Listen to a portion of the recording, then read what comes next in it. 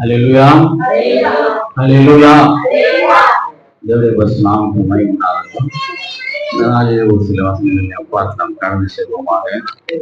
இந்த நாளிலே நாம் பார்க்க வேண்டியது காரணம் பலவீனத்தை குறித்து நாம் பார்க்க போகிறோம். நம்ம சரீரத்துல பலவீனங்கள் உண்டு. அது அநேக விதமான காரியங்களே, பல விதமான காரியங்கள் பலவீனம் வரும். தூங்கி எழுந்த உடனே காலையில எனக்கு ரொம்ப டயர்டா இருக்குது, சர்ச்சுக்கு போகணும்லாம் முடியாத தெரியல. அடுத்த வாரம் பார்த்து வரலாம். இந்த பலவீனம் வந்து மிகவும் பொருளாத ஒரு காரியம். சில நேரத்துல எனக்கு கை கால் வரல, நடக்க முடியல, இது பலவீனம். ஆத்துமத்திலும் பலவீனம் உண்டு. ஆத்துமத்தில் என்ன பலவீனம் என்றால் சரியா வேதம் வாசிக்க முடியல, ஜெபிக்க முடியல. காரணம் நமக்கு அது ஒரு பலவீனமாக இருக்கிறது. ஒரு நேரம் போட்டு அப்புறம் பண்ணிக்கலாம், அப்புறம் கவனம் பண்ணிக்கலாம், அப்புறம் வேதம் வாசிக்கலாம். இப்படிப்பட்ட ஒரு சூழ்நிலையை தள்ளி தள்ளி போறது பிசாசுகளை தந்துடும். பிசாசுக்கு தான் நம்ம பலப்படுத்தி ஆண்டோட நம்ம சேராதபடிக்கு நம்மளை செய்கிறான். ஆண்டோட சேர்ந்துடக்கூடாதுங்க. சேர்ந்துட்டா அவனுக்கு பலவீனம் ஆயிடும். சேராத வரைக்கும் நமக்கு தான் பலவீனம். இந்த பலவீனத்தை நம்ம எப்படி மேற்கொள்வது தான் இந்த நாளில் நாம் பார்க்கிறோம். பிலிப்பியர் புஸ்தகம் எடுத்துக்கொள்ளுங்கள். பிலிப்பியர் 4:12-13.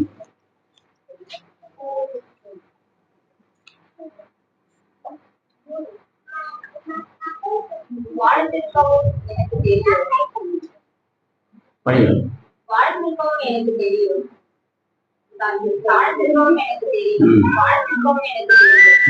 என்னிடத்திலும் எல்லாவற்றிலும் திருப்தியாய் இருக்கவும், பட்டினியாய் இருக்கவும், குறையப்படவும் போதிக்கப்பட்டேன். என்னை பலப்படுத்துகிற கிறிஸ்துவினாலே எல்லாவற்றையும் செய்ய எனக்கு பலன் உண்டு. அந்த வார்த்தையை என்னை பலப்படுத்துகிற கிறிஸ்துவினாலே எல்லாவற்றையும் செய்ய எனக்கு பலன் உண்டு. என்னை பலப்படுத்துகிற கிறிஸ்துவினாலே எனக்கு எல்லாவற்றையும் செய்ய எனக்கு பலன் உண்டு. ஹல்லேலூயா. பவுல் எவ்வளவு அழகா சொன்னார். என்னை பலப்படுத்துகிற, எனக்குள்ள பலம் இருக்குது, பலம் இல்லாம இல்லை. ஒவ்வொரு மனுஷனுக்கும், எங்களுக்கும், எனக்கும் சரி, உங்களுக்கும் சரி, அந்த பலம் இருக்கதான் செய்யுது. அதிகமாய் பலம் இல்லாதனால நமக்கு நடக்க முடியல, ஓட முடியல, உட்கார முடியல, இப்படிதான் இருக்கு. இதெல்லாம் பலப்படுத்துனா யாரு? என்ன சொல்றான்? என்ன பலப்படுத்துற? மறுவாட்டி சொல்லுங்க. கிறிஸ்துவினாலே. ஹல்லேலூயா. கிறிஸ்துவினாலே என்ன எல்லாருக்கும் செய்ய எனக்கு. அப்போ முதல்ல என்ன யார் வருவாங்க? இயேசு அப்பா வரணும். அவர் வந்தீங்கன்னா நமக்கு பலன். ஹல்லேலூயா. அப்ப நம்ம என்ன செய்யலாம்? ஏன் பவுல் சொல்றான் பாருங்க, எல்லாவற்றையும் பலன் செய்ய எனக்கு அந்த. அடுத்தது கூட வாசிக்கலாம். உபாகம புஸ்தகம் ஒரு 6 குறிப்பு இருக்குது. அந்த 6 குறிப்பை நம்ம சீக்கிரமா முடிக்கலாம். உபாகமம் 8ஆம் அதிகாரம் 17-18. எடுத்தவங்க சீக்கிரம் வாசிக்கலாம். உபாகமம் 8:17-18. நல்ல கவனியா. என் சாமர்த்தியமும் என் கை பலனும் இந்த ஐஸ்வர்யத்தை எனக்கு சம்பாதித்தது என்று நீ உன் இருதயத்தில் சொல்லிக் கொள்ளாமலும் இருக்க எச்சரிக்கையாய் இருந்து உன் தேவனாகிய கர்த்தரை நினைப்பாயாக. அவரே உன் பிதாக்களுக்கு ஆணையிட்டு கொடுத்த நம்முடைய உடன்படிக்கை உறுதிப்படுத்தும்படி இந்நாளில் உனக்கு உண்டாயிருக்கிறது போல ஐஸ்வர்யத்தை சம்பாதிக்கிறதுக்கான பலனை உனக்கு கொடுக்கிறவர். ஹல்லேலூயா. நல்ல யோசனை பண்ணி பாருங்க. அந்த வார்த்தை எங்க வாட்டி படிமா.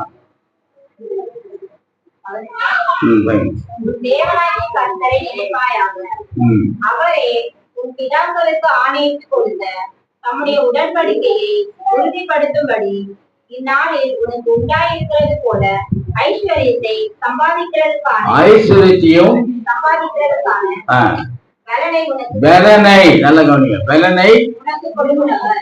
ஒரு சின்ன வேலை செய்யணும்னா கூட பலன் நமக்கு வேணும். பலன் இல்லாதனால இன்றைக்கு அநேக பேர் விழுந்த இடத்திலேயே அப்படியே விழுந்து கிடக்குறாங்க. ஏன்னா பலன் இல்லை. ஆண்டுக்குள்ள ஏஞ்சி நடமாட முடியல, வேதம் வாசிக்க முடியல, ஜெபிக்க முடியல, ஆராதனை கலந்து கொள்ள முடியல. காரணம் பலவீனம். இந்த பலவீனத்தை சில பேர் சொல்லுவாங்க, நான் நல்லா சம்பாதிக்கிறேன். அது படிமா, அந்த வார்த்தையை படிங்க, சம்பாதிக்கிற பலன்னு அது கீழே படிங்க. இந்நாளில் உனக்கு உண்டாயிருக்கிறது போல ஐஸ்வர்யத்தை சம்பாதிக்கான பலனை உனக்கு கொடுக்கிறார். யார் கொடுக்கிறது? கர்த்தர் நமக்கு கொடுக்கிறார். என்ன சொல்லுங்க? கர்த்தர் எனக்கு கொடுக்கிறார். கர்த்தர் எனக்கு கொடுக்கிறார். இன்னொரு வாட்டி சொல்லுங்க, கர்த்தர் எனக்கு பலனை கொடுக்கிறார். அவர் பலன் கொடுக்கலன்னா நீ ஒன்றுக்கு போக மாட்டேன், ஒன்று செய்ய முடியாது. எழுந்து நிற்க கூட முடியல. வேலை செய்யணும் என்னால முடியாதுப்பா, அதெல்லாம் நம்ம செய்ய முடியாது. ஒரு டம்ளர் எடுத்து அப்படி வெயினா வைக்க முடியாது, காய்கறி வெயினா வைக்க முடியாது. எழுச்சி அப்படி இப்படி நடமாடனா முடியாது. இங்க வேதம் என்ன சொல்லுகிறது என்றால், சம்பாதிக்கக்கூடிய பலன். இப்போ ஓடி போய் சம்பாதிக்கிறேன்னா எப்படி சம்பாதிக்கிறேன்? அவர் கொடுக்கிற பலத்தினால்தான் நீ சம்பாதிக்கிறேன். அல்லேலூயா, அல்லேலூயா. அப்போ அவர் பலன் கொடுக்கிறதால நீ நடமாடு. அவர் பலன் கொடுக்கலன்னா நடமாட முடியாது. அடுத்தபடியா இன்னொரு காரியத்தை பார்க்கலாம். 2 கொரிந்தியர் 12:7-8-9.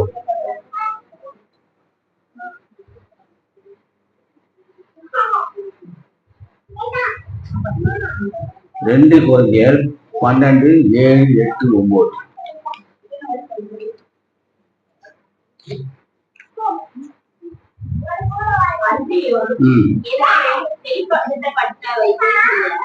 மேன்மை நிமித்தம் நான் என்னை உயர்த்தாதபடிக்கு என் மாம்சத்திலே ஒரு முள் கொடுக்கப்பட்டிருக்கிறது. என்னை நான் உயர்த்தாதபடி அது என்னை குற்று சாத்தானுடைய சூழனாய் இருக்கிறது. அது என்னை விட்டு நீங்கும்படி நான் 3 தரம் கர்த்தரிடத்தில் வேண்டிக் கொண்டேன். அதற்கு அவர், என் கிருபை உனக்கு போதும், பலவீனத்திலே என் பலன் பூரணமாய் விளங்கும். பலவீனத்தில என் பலன், உன்னுடைய பலவீனத்துல என்னுடைய பலன் பூர்ணமாய் விளங்கும். எவ்வளவு அருமையான ஒரு வார்த்தை பாருங்க. நமக்கு இருக்கிறதெல்லாம் பலன் கிடையாது, பலவீனம். இந்த பலவீனத்தினால்தான் நம்ம ரொம்ப சோர்ந்து போயிடுறோம். ஆவிக்குரியதும் சரி, சரீரத்தில் கூட சரி, கொஞ்சம் பலவீனம் வந்துட்டு அவ்வளவுதான். ஆனா உன்னுடைய பலவீனத்துல என் பலன் உனக்குள்ள வந்துட்டா நீ நல்லா இருக்க. ஒரு சிறிய உதாரணத்தை நாம் பார்க்கலாம். கோலியாத் என்ற ஒரு பெரிய ராட்சதனை பத்தி கேள்விப்பட்டோம். அது சாமுவேல் புத்தகத்தில் வருது. அது கோலியாத் என்ன பண்றான்னா, அவன் 13 அடி உயரம். எத்தனை அடி? 13 அடி. அது எவ்வளவு பெருசா வேலை இருப்பானா? அவ்வளவு பெரியவன். தாவீது 5 அடி இருப்பான், 5 அடி தான். அவனை பார்த்து இஸ்ரவேல் ஜனங்கள் எல்லாரும் மிரண்டு அழுது புடம்பிக் கொண்டிருந்தார்கள். இவன் வந்தானா என்ன பண்ற, எல்லாத்தையும் அழிச்சிடுவாங்க. அவன் மொத்தம் அவனுடைய எடை 650 கிலோ. கையில வச்சுக்கிற அந்த கேடையை 350. ட்ரெஸ் எல்லாம் போட்டான்னா நிறைய அவ்வளவு வெயிட்டை வச்சுக்கிட்டு இஸ்ரவேல் ஜனங்களை தாக்குவதற்கு அவனால தேவனுடைய பிள்ளைகளை அவன் தாக்குவதற்காக ரெடியா நிற்கிறான். 40 நாள் யாராவது வந்து எனக்கு சண்டை போடுது சவால் விடுறான்.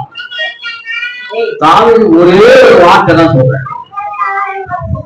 வெறும் அந்த போட்டுக்கிற அந்த சட்டை அந்த துணிமணியோடு சேர்ந்து சொல்றான், என்னை ஆண்டவர் பலப்படுத்துவார், அவர் மூலமா அவர் நாமத்தை கொண்டு நான் உன்னை கொண்டு நான் சாதனை சென்றான். அவன் எளிதான முறையில ஒரே ஒரு கல்லில அவனை கீழே வேலை செய்தான். இது எப்படி சாத்தியம்? என்னுடைய பலவீனத்தில் என் பலன் பூரணமாய் விளைகிறது. அல்லேலூயா, அல்லேலூயா.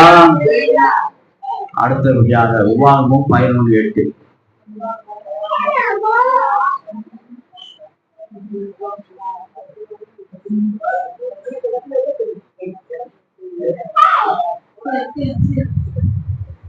உபாகமம் 11:8. ஆகையால் நீங்கள் பலப்படும்படிக்கு நீங்கள் சுதந்தரிக்கப் போகிற தேசத்துக்குள்ளே பிரவேசித்து அதை சுதந்தரிக்கும்படிக்கு கர்த்தர் உங்கள் பிதாக்களுக்கு அவர்கள் சந்ததிக்கு கொடுப்பேன் என்று அவர்களுக்கு ஆணையிட்ட காலத்தே உள்ள தேசத்தை நீங்கள் நீடித்து வாழும்படிக்கு இன்று நான் உங்களுக்கு கற்பித்த கற்பனைகளை எல்லாம் கைக்கொள்வீர்களாக. அல்லேலூயா. ஒரு தேசத்துக்கு ஒரு தேசம் போனா கூட அதுக்கு பலன் வேணும். பலன் இருந்தாதான் போக முடியும். வீட்டுல இருந்து புறத்து போற ஜபம் பண்ணிட்டு போ. வாகனத்துல போனாலும் சரி, நடந்து போனாலும் சரி, ட்ரெயின்ல போனாலும் சரி, எப்போது என்ன பண்ணணும்? ஜபம் பண்ணிட்டு போகணும். ஆண்டவரை நான் போடும்போதே எந்த ஒரு காரியமும் நடக்காம சுகபத்திரமாய் நான் கொண்டு போய் சுகபத்திரமா நான் திரும்ப வரணும் சொல்லி சொல்லிட்டு போனீங்கன்னா ஆண்டவர்களோடு கூட இருப்பார். அல்லேலூயா. அல்லேலூயா. நல்ல எளிமையாதான் சொல்றோம். ரொம்ப கஷ்டமானவே ஜெபித்து விட்டு போங்க. எந்த இடத்துக்கு போனாலும் சரி, கடை தெருவுக்கு போயிட்டு வந்தாலும் சரி, மார்க்கெட்டுக்கு போனாலும் சரி, ஜெபித்து. அது ரொம்ப நல்ல பழக்கம். சாப்பாடு செய்யும் போது கூட சில நேரத்தில் நம்ம ரொம்ப கவனமா இருக்கணும். கேஸ் பற்ற வைக்கும் போது சரி, மற்ற காரியங்கள் எல்லாம் சரி, நல்ல ஞாபகத்தோடு சில பேர் கேஸ் அப்படியே வாங்க பண்ணிட்டு போயிருக்காங்க. சில விவரங்கள்லாம் நடந்திருக்கு. குக்கர் வெடித்து இருக்கிறது. அதனால காயங்கள் ஏற்பட்டு இதுல இல்லத்தரசிகள் மிகவும் பாதிக்கப்படுகிறார்கள். காரணம் ஆண்டவரை சார்ந்து நம்ம எந்த வேலை செய்யறாலும் சரி. உடனே ஒரு வசனத்தை நம்ம காலையில ஐயா சொன்னார், கர்த்தரை எப்போதும் எனக்கு முன்பாக வைத்திருக்கிற நரங்களை கட்டுங்க. கர்த்தரை எப்போதும் இதை வச்சீங்கன்னா என்ன வேணா செய்யலாம், என்ன வேணா செய்யலாம். ஏன்னா அவங்க ரொம்ப இருக்கிற அவங்க மறு மனசுல வீட்டுக்கு அவர் இருக்கிற பக்கத்துல இருக்கிறார்.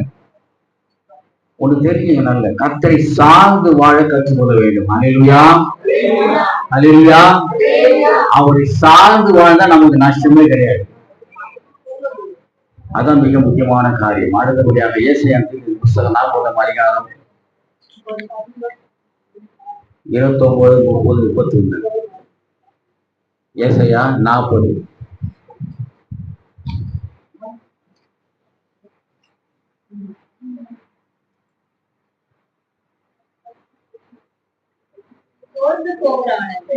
சோர்ந்து போறவனுக்கு பலன் கொடுத்து சத்துவம் இல்லாதவனுக்கு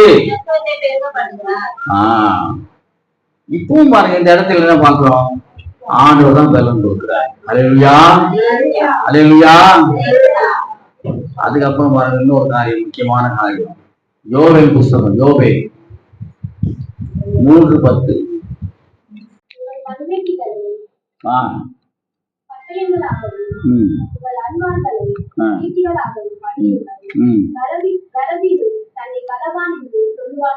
அந்த வார்த்தை இன்னொரு படிங்க.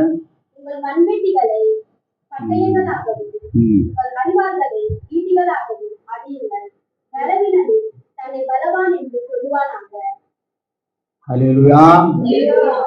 பலவீனமா இருந்தா கூட என்னால இதை செய்ய முடியலன்னு சொன்னா கூட என்னை பலப்படுத்தும் ஆண்டவரே. என்ன சொல்லணும்? எல்லாரும் சொல்லுங்க, என்னை பலப்படுத்தும் ஆண்டவரே. சொல்லுங்க, என்னை பலப்படுத்துங்க ஆண்டவரே சொன்னா ஆண்டவரை பலப்படுத்துவார். பலவீனம் கூட என்ன சொல்லக்கூடாது? நான் பலவீனமா இருக்கிறேன்னு சொல்லக்கூடாதுன்னு ஆண்டு சொல்றாரு. நீ பலவீனமா இருக்கிறேன்னு சொல்லவே கூடாது. ஏனென்றால் உன்னை பலப்படுத்துவர் உன் பக்கத்திலே இருக்கிறார். அல்லேலூயா. அல்லேலூயா. அந்த யோசனை பண்ணி பாருங்க. ஒரு ஆண்டவர்ன்ற ஒரு ஸ்தானத்துக்குள்ள நம்ம இருந்தாதான் நமக்கு வாழ முடியும், ஜீவிக்க முடியும், சாப்பிட முடியும். என்ன செய்யணும்?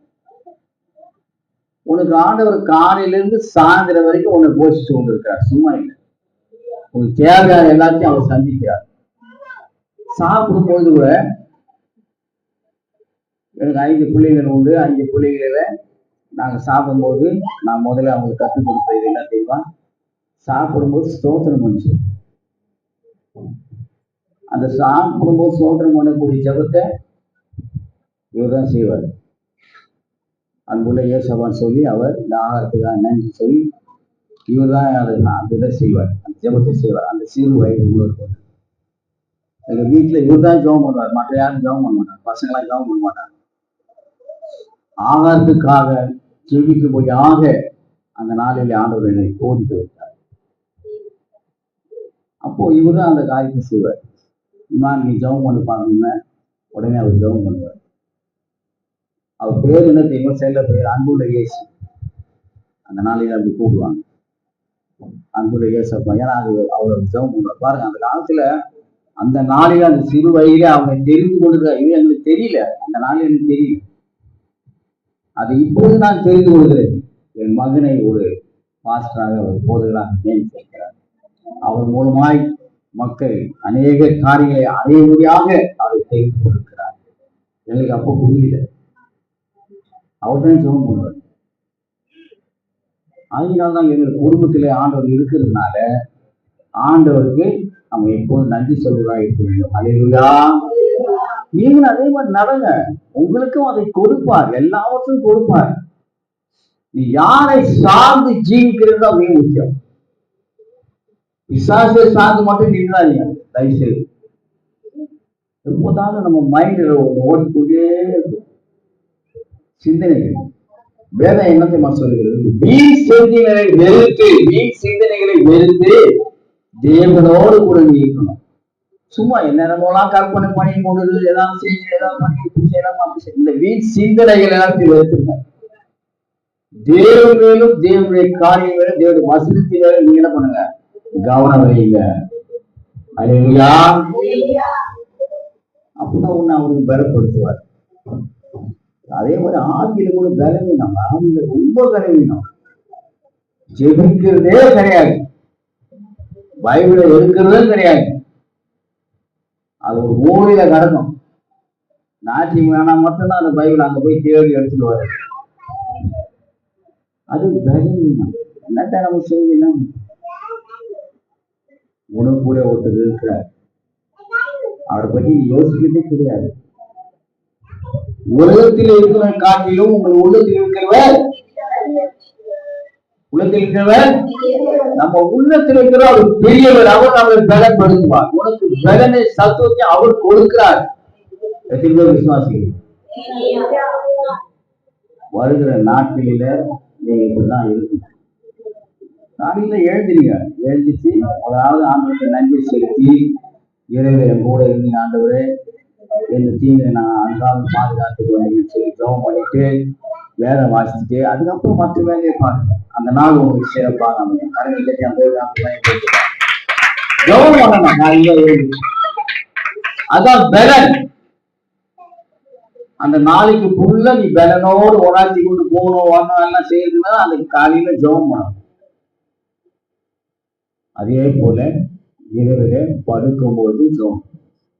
இதை மட்டும் நீங்க மறந்துடக்கூடாது. 2 காரியத்தை தொடர்ந்து செய்து பாருங்க. பிசாசு உங்க பக்கம் வரவே மாட்டோம். இன்னும் பண்ணி என்னெல்லாம் செய்ய பகலெல்லாம் 24 மணி நேரம் என்னென்னமோ பண்றீங்க, என்னென்னமோ செய்றீங்க, எவ்வளோ பேசுறீங்க, அப்படி பண்றீங்க, அப்படி போறீங்க, அப்படி என்னதான் இருந்தாலும் இரவில படுக்க போகும்பொழுது அதோடு கூட இணையம் ஜெபம் பண்ணி அதுக்கப்புறம் உங்க குடும்பத்துக்காகவும் மற்றவர்களுக்காகவும் எல்லாருக்காகவும் ஜெபம் பண்ணிட்டு பார்த்தீங்கன்னா அந்த தூக்கத்துல உங்களுக்கு நல்ல தூக்கம் வரும். தூக்கமே வர்றது கிடையாது. எப்படா போது விடியோன்னு நினைச்சுட்டு இருப்பான். தூக்கமே வருதுங்க. பிறண்டு பார்த்தாலும் காரணம் சில நேரம் கூட அப்படி இருக்கும். 12 மணி 1 மணி 2 மணி ஆனா தூக்கம் வரேன். உடனே எழுச்சி உட்காந்து ஜெபம் பண்ணணும். ஜெபம் பண்ணிட்டு வேதத்தை திறந்து அந்த நேரத்துல 2 மணி இருக்கும் 3 மணி இருக்கும் எந்த மணி ஆகும் தூக்கம் வராது. ஜெபம் பண்ணி பார்த்தோன்னா காலை 7 மணியே வேணும். இது என்னோட அனுபவம். நான் நிறைய நேரம் அந்த மாதிரி இருக்கிறேன். தூக்கம் வரலையா ஜெபம் பண்ணுங்க. அழகா தூக்கம் வரும். எத்தனை பேர் விசுவாசிக்கிறீங்க? அதனால இந்த நாளிலே நம்ம என்ன பண்றோம்? வசனத்தை படி வாங்குவோம்.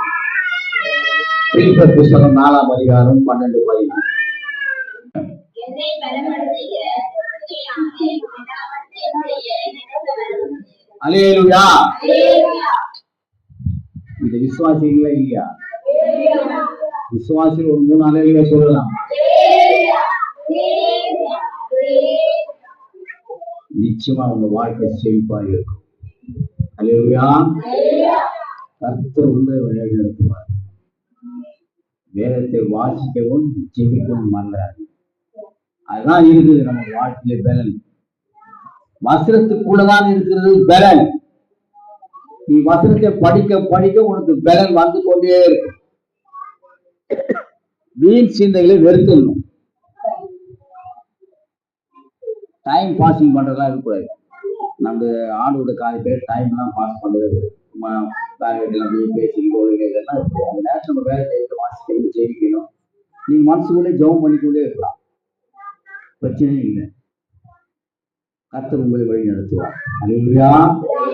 அல்லேலூயா. என்ன விசுவாசிக்கிறீங்களா? இனிமேல் உங்களை பலப்படுத்துவது யாரு? உங்களை பலப்படுத்துவது யாரு? எல்லாரும் சொல்லுங்க. அவர் தான் நம்மளை பலப்படுத்துவார். இனிமேல் இந்த வார்த்தையில யாரும் சொல்லக்கூடாது. நான் பலவீனமா இருக்கிறேன், நான் டயர்டா இருக்குன்னு சொல்லவே கூடாது. அடுத்த வாரம் வாங்க, சிறப்பா இருக்கீங்க. ஏன்னா ஆண்டுடைய வார்த்தை கேட்பது மட்டுமல்ல, அந்த வார்த்தை நடக்கவும் நம்ம கற்றுக்கொள்ளும். இந்த காதுல வாங்கி இந்த காதுல விட்டுவோமா? காதுக்குள்ள போச்சுன்னா காதுக்குள்ளே இருக்கணும், வெளியே வரக்கூடாது. இருத்துக்குள்ள போச்சுன்னா அது இருத்துக்குள்ளதான் இருக்கணும். அதே நினைப்புல இருக்கணும். என்னை பலப்படுத்தும் ஆண்டு, என்னை பலப்படுத்தும், என்னை பலப்படுத்தும், என்னை பலப்படுத்தும் சொல்லிட்டு ஆண்டு நிச்சயம் உங்களை பலப்படுத்துவார். அல்லேலூயா. அப்படியாவது சொல்லிடுவா.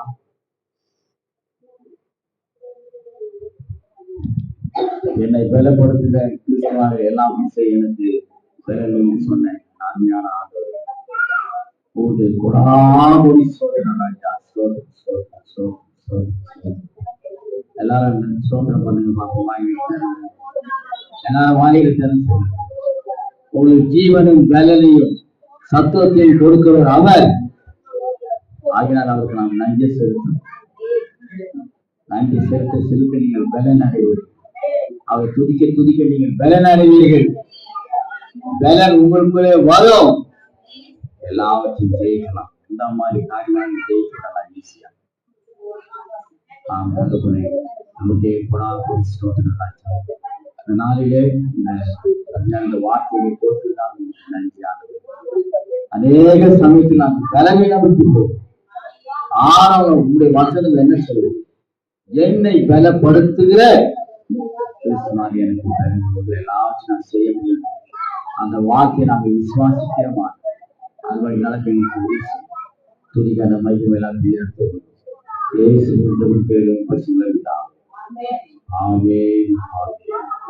சொல்வோம். என் ஆத்துமாவே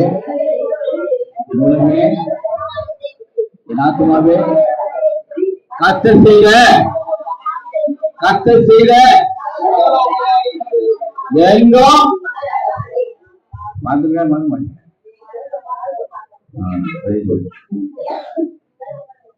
அல்லேலூயா.